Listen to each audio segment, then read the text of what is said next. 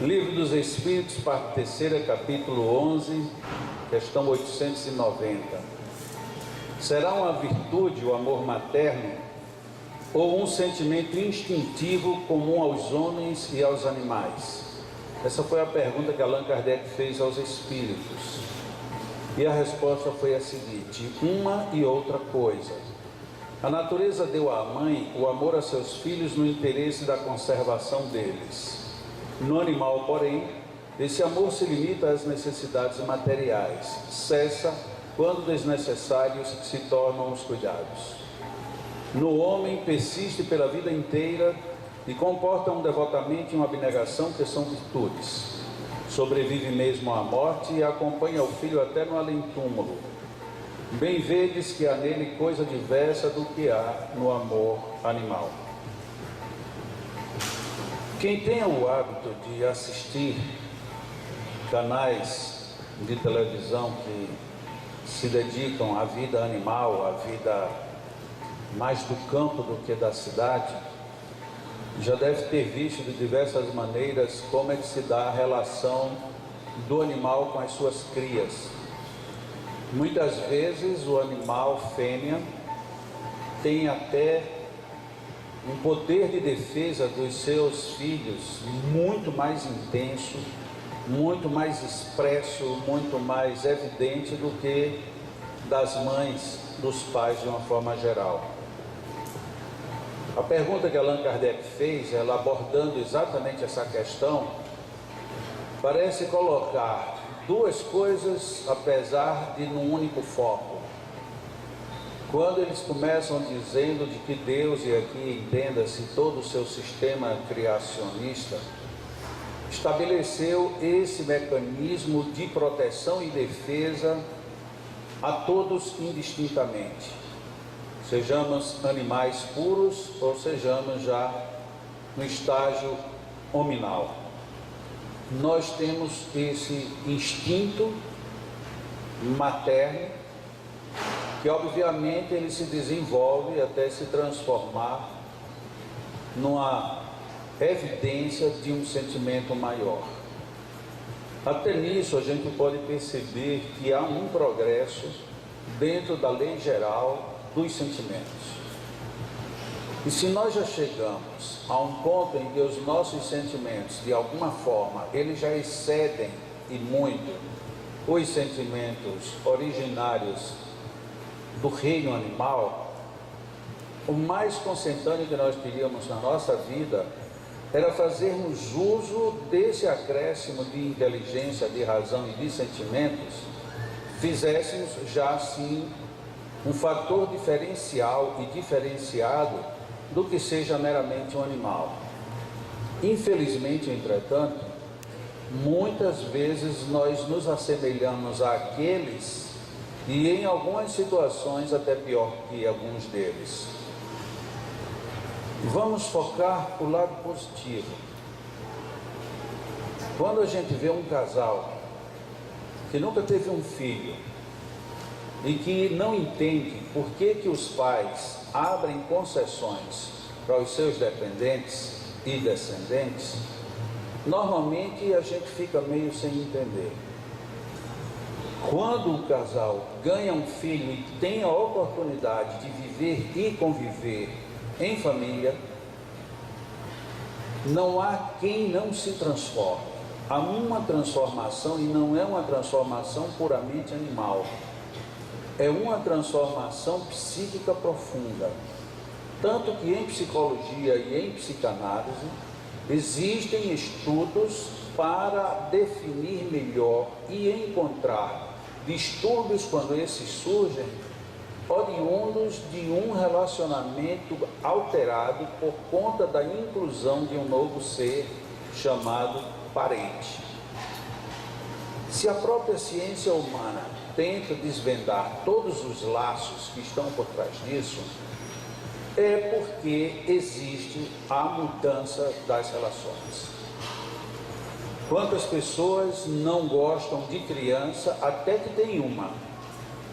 Quantas pessoas não gostam de dividir o carinho que recebem até que chega um competidor que lhe é maior? o filho. Isso tanto vale para o homem como para a mulher. Muitos homens passam por crise pós-nascimento de filhos porque se sentem num campo de concorrência sem ter armas para nem atacar nem se defender. Outro tanto, as mulheres de repente descobrem que seus homens, extremamente egocêntricos, no advento de um filho, eles se voltam para o filho praticamente esquecendo a presença da mulher, como se ele tivesse gerido e parido a criança. Óbvio que essa lei ela não é igual, ela é igual, mas ela não se expressa de maneira igual entre os seres. Mas é marcante na vida de qualquer criatura a presença de um filho. Quando os Espíritos colocam, portanto, que isso já vem de um arcano divino, vem de uma origem mais remota, que nós estejamos entendendo como ou deixando de entender como foi a nossa travessia pelo reino puramente animal, nós desde longas eras, desde evos de existência, nós já trazemos em nós a raiz, o pródromo desse sentimento. De maneira inicial instintiva, mas que chega num ponto em que quando a gente pensa nele, que é um ponto muito pouco comentado, mas que a doutrina espírita traz de uma maneira muito viva, e esta resposta é exemplar para isto, quando nós projetamos esse sentimento não apenas na infância, nem na juventude, nem na madureza, mas na travessia para outra vida. Ler uma resposta como essa a mim me deixa até bem mais tranquilo, porque se haveria dúvida teórica do acompanhamento da minha mãe e do meu pai quanto a mim, depois que você lê isso, se você crê que toda a estrutura lógica, filosófica está correta, então eu não posso jamais me dizer abandonado. Eles de alguma forma estão comigo, seja em pensamentos, em vibrações ou até presencialmente mesmo. Mas se comigo, será porque eu sou diferente de qualquer pessoa? Em absoluto.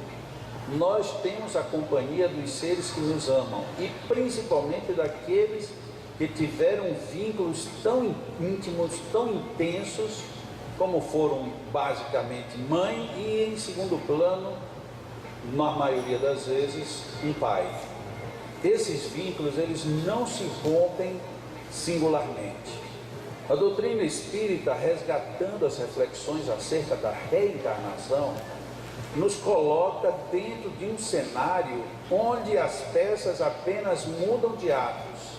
As cortinas se fecham e se abrem novamente, muitas vezes com os mesmos atores encenando outros personagens. Todavia, os atores somos absolutamente os mesmos. E que coisa curiosa, são os laços de família um dos fatores mais preponderantes para que nós estejamos unidos outra vez. A mim me admira muito o estudo da obra de Allan Kardec, porque nos faz refletir sobre assuntos que às vezes passam ao lado. Numa das questões do Livro dos Espíritos, e eu quero fazer isso em conexão com a outra obra dele, ele pergunta sobre como se formam as famílias. E a resposta é bem interessante. As famílias se agrupam por grupos de interesses. E no desenvolvimento da questão, eles colocam que o grupo de interesses se fundamenta principalmente nos laços de simpatia. E a partir daí se desenvolve a simpatia com o interesse, e dentro do interesse surge uma terceira variante, que é a da ajuda mútua, ajuda intencional ou ajuda por injunções das necessidades do grupo. Como eu nasci num grupo familiar ao qual eu me sentia estranho, mas vim para ele, para que ali seja resgatado o elo de progresso que eu preciso ter na minha própria vida. Quando a gente chega no livro O Céu e o Inferno, é um livro muito pouco lido e menos ainda comentado ou interpretado, nós encontramos agora Allan Kardec e os Espíritos falando dessas composições, não apenas as felizes, mas as infelizes. Famílias onde parece que essa história do que os Espíritos estão dizendo, de que são grupos por afinidade, isso não vale, porque nós estamos aqui, um brigando contra o outro, como se estivéssemos numa guerra perene. E ali, apesar desta ênfase, deste enfoque, nós terminamos encontrando os vínculos ali de uma maneira, às vezes, muito mais robustos do que nas famílias que aparentemente estão sossegadas.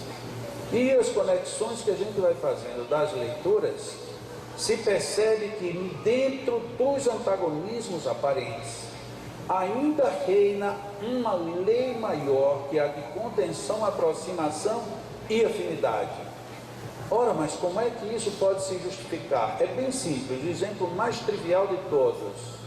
Mesmo entre dois irmãos que não se gostam, agrida um deles. Na hora que você agride, o outro se esquece de toda e qualquer animosidade e parte para a defesa. Numa primeira análise dizemos instinto animal. Mas numa segunda fase, a gente percebe que não pode ser só animal.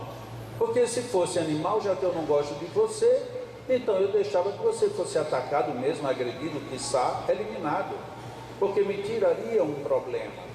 E por que nós podemos pensar isso? Desculpem se eu estou fazendo uma conexão um pouco chata. Mas por que a gente pode pensar isto? A gente pode pensar desse jeito, porque no fundo, no poço de tudo isso, ou na base de tudo isso, tem uma amálgama, e essa amálgama é a base onde está estabelecida o princípio da nossa relação, dos compromissos e dos ajustes que temos que fazer uns com os outros. Se a gente começa e vai a partir daí desse filigrana, a gente vai adentrando nas possibilidades de refletir sobre o valor do amor maternal, amor paternal, amor familiar, formação de grupos, nós entenderemos que a lei divina ela é muito mais grave e profunda do que o que muitas vezes a gente imagina. Quiçá, se a gente pudesse ter o dom de, em algum momento, decidir o destino de outras pessoas, a gente rapidamente separaria muitas pessoas que a gente conhece. E rapidamente, um minuto depois, a gente estaria arrependido. Porque muitas uniões, mesmo às vezes complexas, elas se transformam rapidamente em portos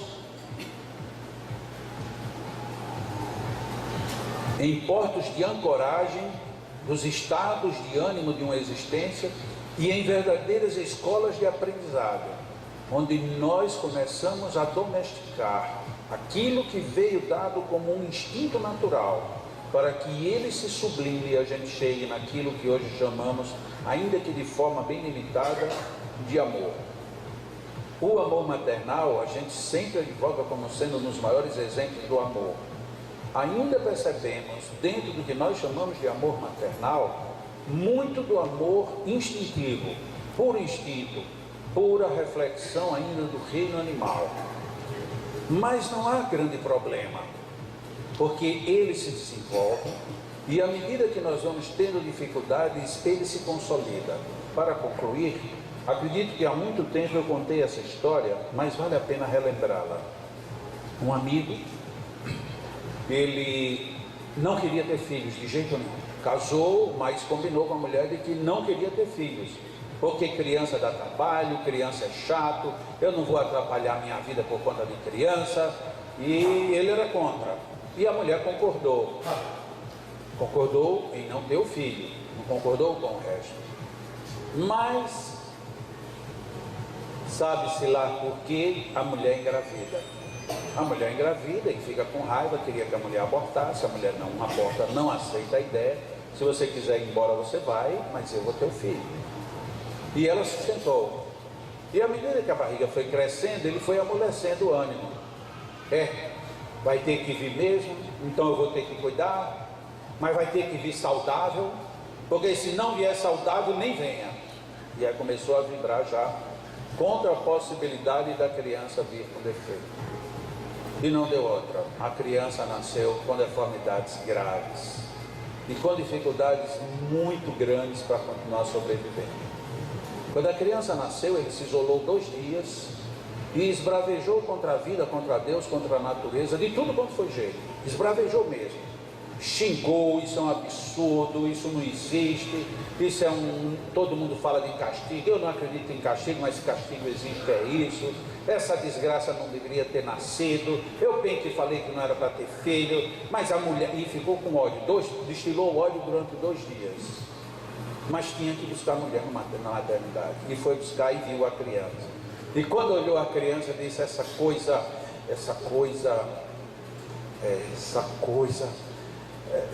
depende de mim, e amansou subitamente.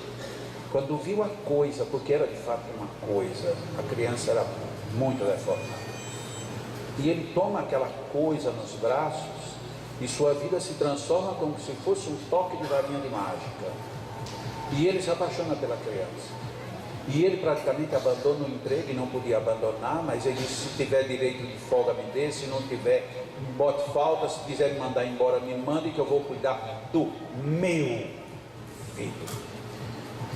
E agora era o meu, só meu filho. E ele se devota a tudo. Não dormia, não trabalhava, deixava de comer. Se a mulher não insistisse, ele morreria olhando para a criança. Até que um dia, mais ou menos com 1 mês de vida da criança, ele reconhece que Deus lhe deu o maior presente do mundo. E aquele homem que estava revoltado chora e agradece a Deus por aquilo, porque tinha sido a melhor coisa que tinha, a melhor transformação de sua alma. E se torna subitamente um religioso sem religião, um religioso sem igreja, um religioso porque ele se encontrara com Deus numa criança deformada. Mas menos de 1 mês depois a criança desencarna. E aí desencarna junto o Deus, desencarna junto a religião, e ele se torna o maior de todos os ateus, se torna o homem mais revoltado da terra.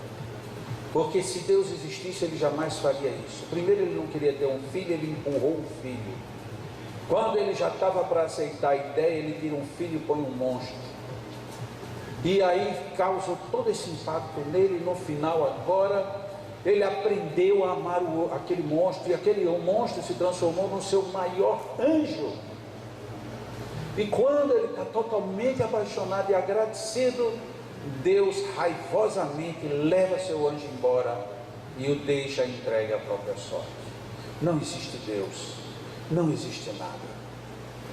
Mas ele chorava, ele não se conformava, a saudade era muito forte, e não batia Deus mal e o anjo que ele tinha, e ele começou a pensar diferente. Deus descobriu que o anjo que ele me deu era um anjo, e Deus está precisando de anjos do lado de lá. Ele não fez com raiva de mim, ele fez porque precisava de um anjo daquele tamanho no outro lado. Isso levou a um centro espírita, se transformou num espírita de grande porte, não de grande porte no sentido exterior, de ficar falando e ensinando para o mundo, mas um espírita que conheceu os valores, ainda que por um caminho extremamente doloroso, os valores do amor. E ele me disse, quando ele me contou isso, já tinha quase 10 anos que ele tinha perdido o filho, ele disse, Jacó, a cada dia que eu vou para casa, eu tenho certeza que eu vou me encontrar com o meu anjo.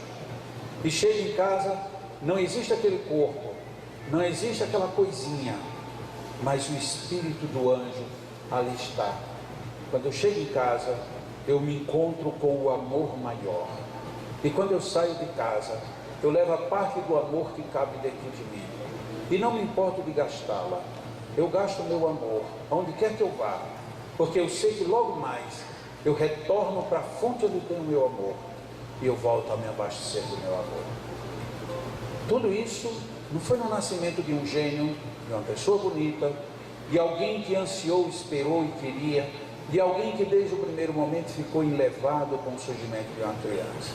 Uma transformação de um instinto animal rebelde, que se transforma num instinto animal de proteção maior. E isso, quando lhe é tirado o ser da sua proteção, lhe faz descobrir os seus valores interiores, ainda que usando para isso de uma alavanca chamada o amor por um anjo que se foi porque era necessário mais lá do que aqui. Esse meu amigo, eu pedi a ele que escrevesse a sua história num livro. Ele disse: Jacó, talvez eu não escreva, porque ela mexe muito comigo. Talvez eu nunca escreva, mas se você quiser qualquer dia, em qualquer lugar, contá-la, conte. Conte, porque o meu anjo estará ao seu lado me inspirando. Nem precisa que ele esteja. A história da transformação do amor animal num amor divino, ela por si só é a expressão da vida. Então esta questão de hoje do Livro dos Espíritos, acerca do amor espiritual e do amor maternal, ou do amor maternal e do amor animal, parece que de alguma forma vem para bater com um assunto que a gente falou, se não me engano, semana passada. Como nós estamos ligados com a necessidade de melhorar a nossa relação animal, para que a gente chegue numa relação espiritual mais profunda. Como tudo isso se encaixa na nossa vida? Como isso tem valor? E quem tem que descobrir o valor somos nós. E para isso tem vários caminhos. Tem um que é bem conhecido: estudar, analisar, vivenciar. Tem outro que é mais conhecido ainda, mas é um caminho um tanto quanto mais difícil: o da dor, o do sofrimento, o do constrangimento do psiquismo, para que um dia a gente que acorde e, achando que Deus levou o nosso anjo, na realidade ele pediu emprestado, convidou o anjo para iluminar de uma maneira mais clara o céu do universo. No próximo, no domingo seguinte ao próximo, Décio Iandoli estará fazendo o nosso café cultural. Ele é um médico, é uma pessoa extremamente bem conceituada como palestrante, particularmente é mais uma pessoa de quem eu posso falar muito bem, porque o conheço pessoalmente. Inclusive meu último encontro com ele foi lá em Arraial da Ajuda, na Bahia, e nós tivemos a oportunidade de conversar bastante, de trocar muitas ideias. É um indivíduo extremamente acessível, mas sobretudo que tem uma palavra muito boa. E por isso mesmo nós o convidamos, e foi difícil conseguir para ele vir, foi muito difícil conseguir vaga na agenda do Décio, mas o fato é que conseguimos. Aí passou mais de um ano para ele poder vir, e ele vai estar agora no dia 5 de fevereiro. Se vocês puderem vir, venham. Se vocês puderem colaborar na divulgação, divulguem. E sobretudo saibam de que, se vocês vierem, terão a oportunidade de viver um grande momento. E os que não vierem estarão oferecendo a quem vocês divulgarem algo extremamente valioso. E antes de passar a parte segunda da nossa reunião, eu gostaria de dar um aviso geral, que a maioria que está vindo frequentemente sabe que nesses 2 últimos domingos e no próximo, não domingo, sábado e domingo, nós estamos realizando o seminário anual que fazemos de magnetismo. E tem várias pessoas que estão fazendo o seminário e que estão aqui presentes e que estão autorizadas a verem como é que nós trabalhamos. Então elas ficam na porta das cabines, algumas até entram nas cabines para verem de perto. E tem algumas pessoas que em alguns momentos querem fazer fotografia ou mesmo filmar alguma coisa de algum movimento de paz. As pessoas estão instruídas que, se quiserem fotografar ou filmar, o paciente terá que concordar com isso. Então, se qualquer um de vocês não quiser que ninguém fotografe nem filme, é só dizer que não quer, e as pessoas que estão fazendo o curso compreenderão. E fica por conta disso um pouco mais de barulho, mas é porque quando se sai da cabine eles se juntam com o magnetizador para perguntar alguma coisa, para tirar alguma dúvida. E uma outra situação complementar é que nós temos um horário para fechar um número que a gente tem estabelecido de atendimentos. E logo cedo esses números de atendimento estouraram hoje. Então teve pessoas que chegou e já não tinha mais vaga. Nós não temos como criar vagas, porque nós nem temos mais trabalhadores, nem temos mais cabines. Vai ser feito o que é possível, mas se alguém ficar, dos que chegaram depois, se alguém ficar sem atendimento, excuse-nos por isso, mas infelizmente não dá para a gente fazer tudo. Por isso é que a gente tem um limite, e mesmo assim nosso limite de tempo ele vem sendo estourado seguidamente. Não nos incomodamos muito até de estourar o tempo, mas estourar o número aí, estouraria tudo. A maioria dos trabalhadores, a grande maioria trabalha de tarde, tem que voltar para as suas funções, então não tem condições. E além do mais, todo magnetizador tem um limite de aplicabilidade de passes por dia. Então não é uma questão de má vontade nem de descaso, que algumas pessoas às vezes dizem assim, mas isso é falta de caridade. Se a gente for entrar nesse argumento, falta de caridade, será falta de caridade também a gente querer que um trabalhador que já deu além de sua cota continue dando? Também seria falta de caridade. Então esse assunto, o argumento, ele não é bom. Lamentavelmente ou felizmente existem limites e nós trabalhamos dentro desse limite, não de forma rigorosa, há tolerâncias, mas são tolerâncias, não são expansões indefinidas, tá bom? Agradecemos muito a compreensão de todo mundo. A gente sempre se esforça para atender o máximo de pessoas, mas nem sempre é possível. E isso inclusive se dá também no atendimento à distância. Tem muita gente que escreve, que quer fazer atendimento à distância, mas tem limite também. E quando acaba o limite, não tem como improvisar e colocar mais gente no atendimento. Então tem pessoas às vezes que fazem, para ser honesto, 90 e mais % dos que fazem atendimento à distância são de fora do Rio Grande do Norte e ali desse total, mais ou menos 40% são de outros países. Então é uma procura que vem de todo canto, tem que ter um limite. E às vezes é chato a gente dizer para a pessoa que por enquanto, mas o meu caso é um caso superlativo, entendemos, mas o outro já está no tratamento, não tem como tirar um para colocar um outro. Então, apelamos para a compreensão de todos.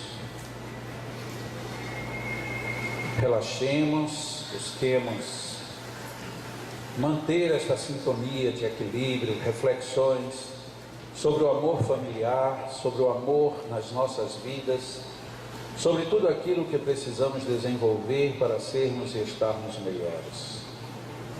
Procuremos sintonizar com o bem, com as forças do bem. Procuremos nutrir dentro de nós a vontade de melhorar, a vontade de servir, a vontade de agradecer. Expressemos os nossos sentimentos sem temores, sem receios, da mesma maneira como às vezes em momentos de descontrole, expressamos atitudes menos felizes. Muitas vezes em nossas vidas, precisamos fazer um pequeno ajuste. Todas as vezes que estivermos alegres e felizes, expressemos isto ostensivamente. E todas as vezes que estivermos mais tensos ou tristes, que nós procuremos motivos de superação, porque tudo isso há de ser passageiro e a alegria e a harmonia sempre retornam àqueles que a procuram. Nestes momentos em que pensamos em tudo isto, nos lembramos que a lei da força da natureza, que a lei do bem, ela é maior.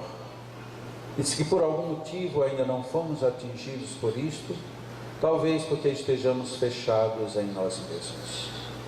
Abramos os nossos sentimentos, os nossos corações e exercitemos a captação do bem. E este exercício começa agora, quando nós estamos abrindo mentes e corações para receber o abraço e o carinho espiritual desses amigos que aqui estão conosco.